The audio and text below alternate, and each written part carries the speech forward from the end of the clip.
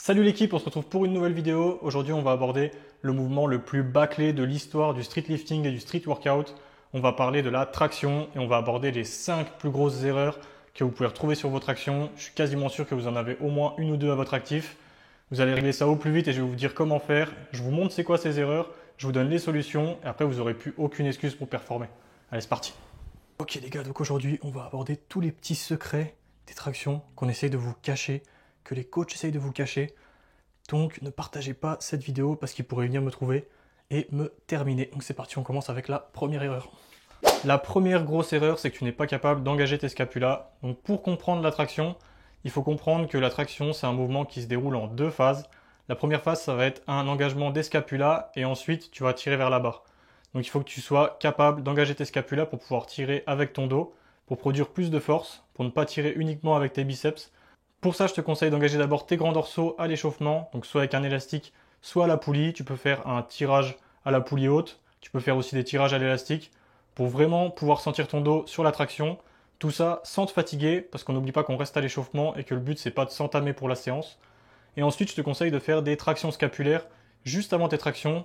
Donc des tractions où tu vas abuser l'engagement scapulaire pour comprendre et maîtriser le mécanisme et être capable de le transposer sur tes tractions basiques et les tractions que tu fais tous les jours, qu'elles soient lestées ou non. Je voulais seulement être un vrai petit garçon, moi je pensais pas que je leur ferais si mal, on a perdu full lot de soldat sur le... Donc si tu t'étonnes d'avoir les bras congestionnés de ouf après ta séance et tu sais pas d'où ça vient, je pense que tu as une petite réponse. Et on va passer tout de suite à la deuxième erreur. La deuxième erreur, on va la marquer principalement si pendant ta série, la première rep est très bien et petit à petit, au fur et à mesure que ta série avance, tu commences à te balancer comme une horloge. Donc ça, c'est le signe que tu as un gros manque de gainage. Donc il y a deux solutions, soit tu manques clairement de gainage et je vais te montrer 3 exercices pour l'améliorer, ou alors tu n'as pas un assez gros focus sur la contraction de tes quadriceps, de tes fessiers et de tes abdos. Si c'est seulement ça, tu as juste à mettre un gros focus dessus et ça va devenir un automatisme.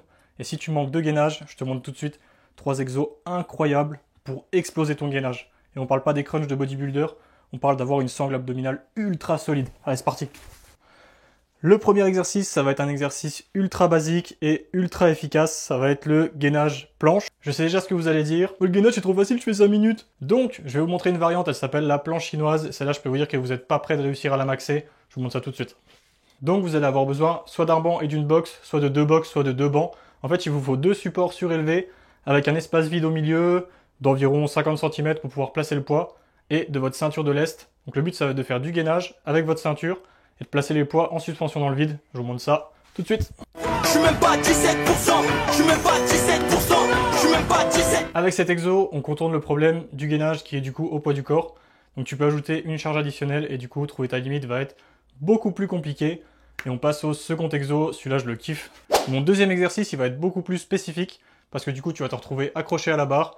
Cet exercice tu connais peut-être parce qu'on le fait beaucoup dans le crossfit, c'est les toes to bar. Donc tu vas t'accrocher à la barre et essayer de venir toucher la barre simplement avec tes pieds. Donc c'est un exercice dynamique, c'est intéressant de le mettre. Tu vas renforcer ta sangle abdominale, tu vas t'habituer à rester longtemps accroché à la barre. Donc ça a que des intérêts et que des bénéfices. Je te conseille de l'ajouter dans ta routine. Par contre, si celui-ci il est trop difficile pour toi, n'hésite pas à faire seulement des L-sit, donc t'arrêter à la parallèle.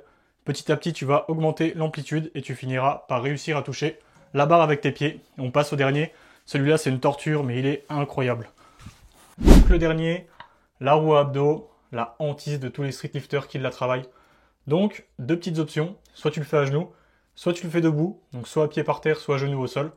Et le but, ça va être de réussir à faire le plus de répétitions. Si tu arrives à faire 10-15 répétitions à genoux, je te conseille de passer debout, parce que l'exercice est beaucoup plus efficace. La troisième grosse erreur, c'est que tu n'as pas la bonne amplitude sur tes tractions. Alors tu pourrais penser que je pense à ça. Mais il y a aussi de ça. Donc pour tes tractions, le but, ça va être de terminer le menton au-dessus de la barre et bras tendus à la fin. Donc si tu veux devenir plus fort, plus endurant et éventuellement participer à des compétitions, moi ce que je te conseille, c'est de bosser l'amplitude que tu devras avoir en compétition. Donc ces tractions-là, elles doivent représenter la plus grosse partie de ton entraînement. Le reste, ça sera peut-être les petites variations, les demi-amplitudes, mais ces tractions-là, elles doivent représenter au moins 80% de ton entraînement. Et pour être fort sur les tractions complètes, tu dois faire des tractions complètes. C'est bête dit comme ça, mais il y en a beaucoup qui sous-estiment le fait d'avoir un gros volume de tractions complètes dans leur semaine et se retrouvent à faire uniquement que des variations, partiel bas, partiel haut. Alors qu'au final, le but, c'est d'être fort sur ces tractions complètes, donc tu dois en faire pour être fort. C'est basique, mais écris-le dans un petit carnet et relis-le, il y en a beaucoup qui n'ont pas compris. Allez, on passe à la quatrième. La quatrième grosse erreur qu'on voit le plus souvent, c'est que tu veux aller trop vite. Donc tu veux trop vite rajouter du poids ou trop vite rajouter des reps. Et du coup, ta traction finit par ne ressembler à plus rien du tout. Parce que la traction, c'est pas comme le squat, c'est un mouvement où on peut énormément tricher.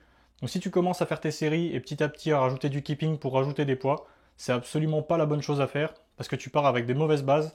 Comme on l'a dit avant, tes reps elles sont pas standardisées. Donc si t'es pas capable de passer ton menton et que tu es obligé de mettre un coup de keeping avec tes genoux, c'est que tu maîtrises pas la charge et que tu dois simplement l'abaisser pour progresser et ensuite monter en charge. Donc le but, c'est d'utiliser des charges que tu maîtrises qui te permettent de garder une belle forme. Donc te rapproche pas de ton max, essaye de garder un peu de réserve pour pouvoir avoir une technique la plus propre possible et pouvoir progresser avec cette technique. Le plus dur quand tu t'es habitué à avoir quelque chose comme un keeping de genou, ça va être de l'enlever.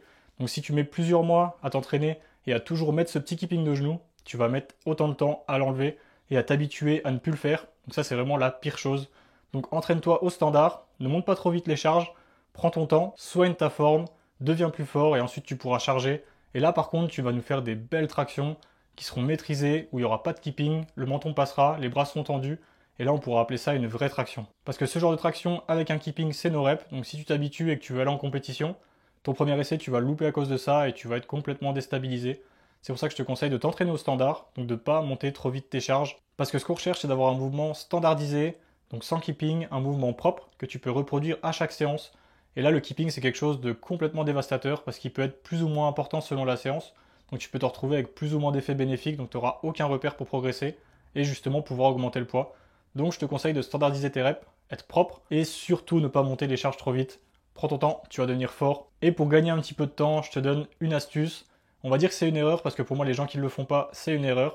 Ça va être la 5e erreur. Et celle-là, par contre, c'est un game changer. C'est ma petite pépite. Je te montre ça tout de suite.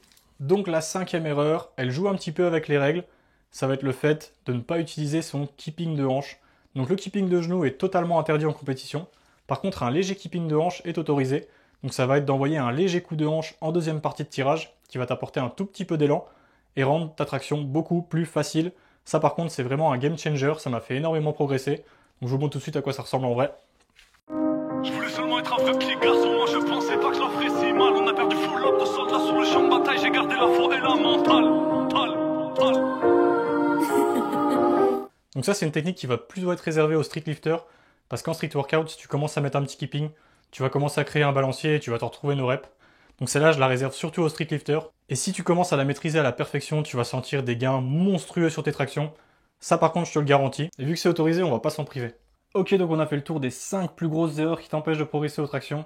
Si avec ça, t'arrives pas à exploser ton max aux tractions, franchement, je comprends rien du tout. Donc n'hésite pas à t'abonner, à liker la vidéo si t'as kiffé la vidéo, à mettre un like si tu me kiffes, ça fait toujours plaisir, mettre un petit commentaire.